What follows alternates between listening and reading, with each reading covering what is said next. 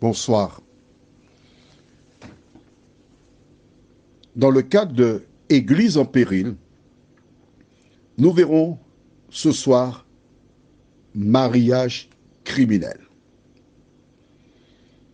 Tu as noté que depuis avant-hier, nous avons vu le 2 mai précisément quel rapport.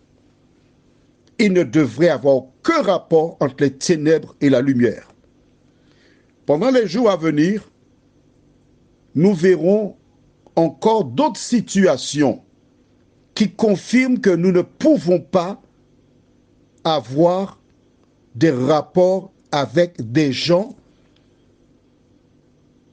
d'autres communautés qui viennent dans ton église te raconter quoi?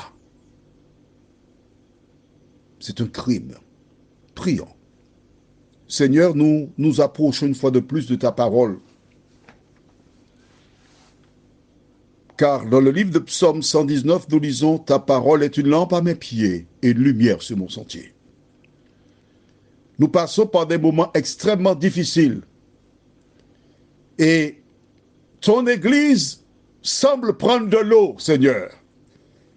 Mais Jésus est dans la barque. Que le Saint-Esprit continue de nous éclairer, nous t'en prions. Au nom de Jésus et pour ta gloire éternelle. Amen. Rappelle-toi, nous avons vu hier, vous êtes une nation sainte, un sacerdoce royal, un peuple acquis. Pourquoi faire? Rappelle-moi. C'est dommage, je ne puisse pas t'interroger, je t'aurais donné un 0. Ce serait un fruit à peine tout même. Afin que vous annonciez les vertus de celui qui vous a appelé des ténèbres à son admirable lumière. L'objectif du diable consiste à empêcher à la nation sainte de remplir cette mission. Comment se prend-il? Eh bien, il utilise toute espèce d'agent. Tu es membre d'une communauté. Tu vois des personnes qui sont là, qui sont de fervents chrétiens. Mais laisse-moi te dire quelque chose, écoute bien. Ces personnes qui semblent être de fervents chrétiens, de fervents membres de ta communauté, en fait, sont des agents secrets de certains groupements qui s'infiltrent dans toutes les églises afin de corrompre, de détruire la foi de l'intérieur. Ah ah, tu ne savais pas ça? Maintenant tu le sais. C'est pourquoi je t'invite à garder tes yeux sur Jésus. Je t'invite à te rappeler que tu n'as pas accepté une église, mais tu as accepté Jésus pour sauveur personnel. Je t'invite à lire la parole et à faire comme les Béréens qui examinaient chaque jour les Écritures pour voir si ce qu'on leur disait était exact. Nous découvrons un piège que l'ennemi a toujours mis là pour détruire les enfants de Dieu. Lisons au livre de Néhémie, chapitre 13, les versets 23 à 27. À cette même époque, je vis des Juifs qui avaient pris des femmes asdodiennes, ammonites, moabites. La moitié de leurs fils parlaient l'asdodien et ne savaient pas parler l'hébreu. Ils ne connaissaient que la langue de tel ou tel peuple. Je leur fis des réprimandes et je les maudis. J'en frappai quelques-uns. Je leur arrachai les cheveux et je les fis jurer au nom de Dieu en disant: vous ne donnerez pas vos filles à leurs fils et vous ne prendrez leurs filles ni pour vos fils ni pour vous. N'est-ce pas en cela qu'a, quel mot? Qu'a péché Salomon, roi d'Israël. Il n'y avait point de roi semblable à lui parmi la multitude des nations. Il était aimé de son Dieu. Et Dieu l'avait établi roi sur tout Israël. Néanmoins, les femmes étrangères l'entraînèrent aussi dans le péché. Faut-il donc apprendre à votre sujet que vous commettez un aussi grand crime et que vous péchez contre notre Dieu en prenant des femmes étrangères? Qu'as-tu retenu? Le dernier verset, faut-il donc apprendre à votre sujet que vous commettez un aussi grand crime? Écoute bien ce que je te dis. Ce n'est pas moi qui l'ai inventé. Je ne fais que lire ce qui est dans la Bible. Le prophète de l'Éternel, s'adressant au peuple, il s'adressait à qui? Au Père. Tu as bien vu? Mais si... Allons, on relit pour toi, verset 25, d'accord. Je lis à partir de « Et je les fis jurer au nom de Dieu, en disant, vous ne donnerez pas vos filles à leurs fils, et vous ne prendrez leurs filles ni pour vos fils, ni pour vous. » S'il dit, vous ne prendrez leurs filles ni pour vous, ça veut dire qu'il s'adresse à un homme. On est d'accord? Mais c'est ça qui manquait là. C'est du français. On est français. Mais c'est du français. Dieu parle et dit à travers le prophète que toi, homme, tu ne dois pas chercher une femme parmi les personnes qui n'acceptent pas la parole de Dieu, qui ne sont pas dans la foi. Et il dit que c'est un crime. Vous ne donnerez pas.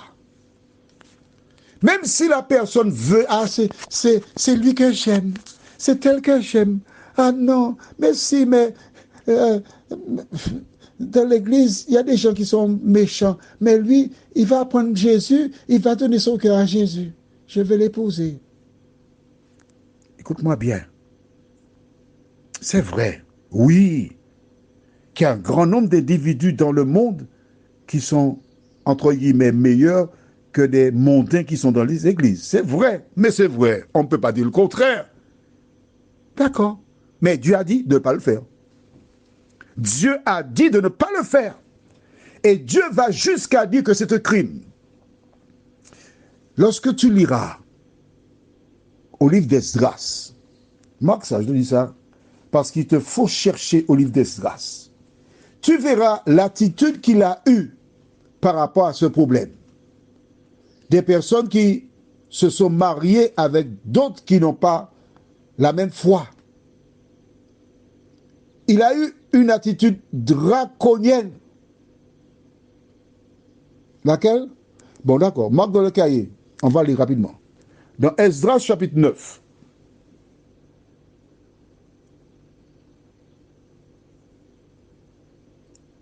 C'est bon? Et nous lisons à partir du verset 10.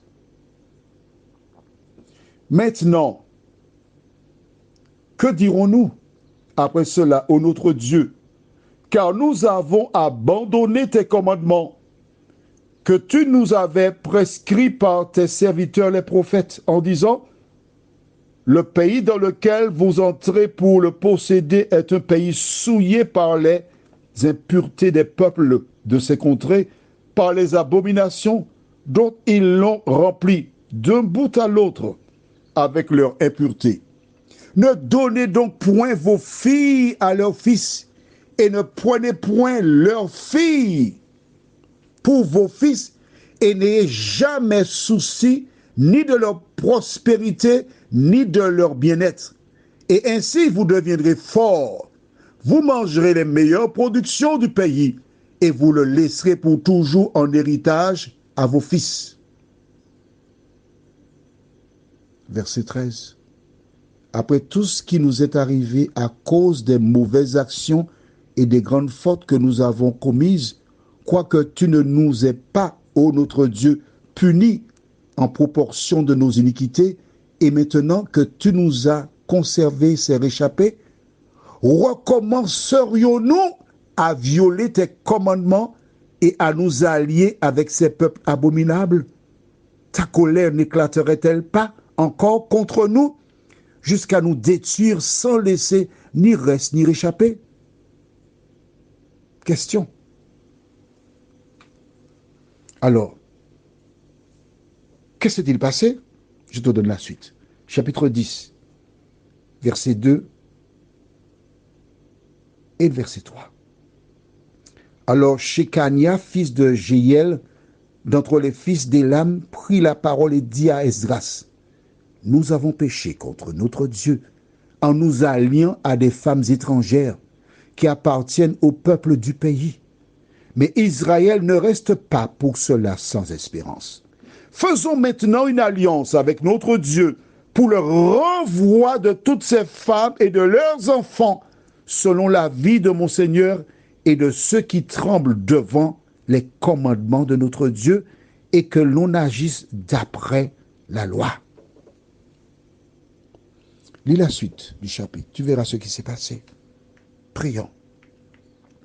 Notre Seigneur, notre Dieu, beaucoup de personnes ne lisent pas la parole. Beaucoup de personnes suivent leur voie. Mais là, je donnerai une référence pour demain soir qui se trouve dans Deutéronome 12, verset 8. De nous aider à nous rappeler que c'est la parole qui nous montre le chemin à suivre. De nous aider à nous souvenir de cette déclaration de Salomon qui dit « Il n'y a rien de nouveau sous le soleil ».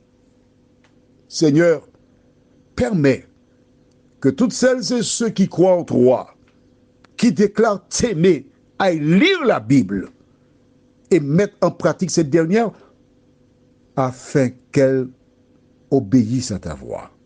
Merci de nous accompagner, Seigneur. Au nom de Jésus et pour ta gloire éternelle. Amen. Mon ami, qui que tu sois, lis la parole, mets-la en pratique. Lis la parole, mets-la en pratique. Parce que Dieu sait ce qu'il dit. Et tout ce qu'il dit, c'est pour ton bonheur. Je te souhaite une bonne nuit sous le regard de Dieu.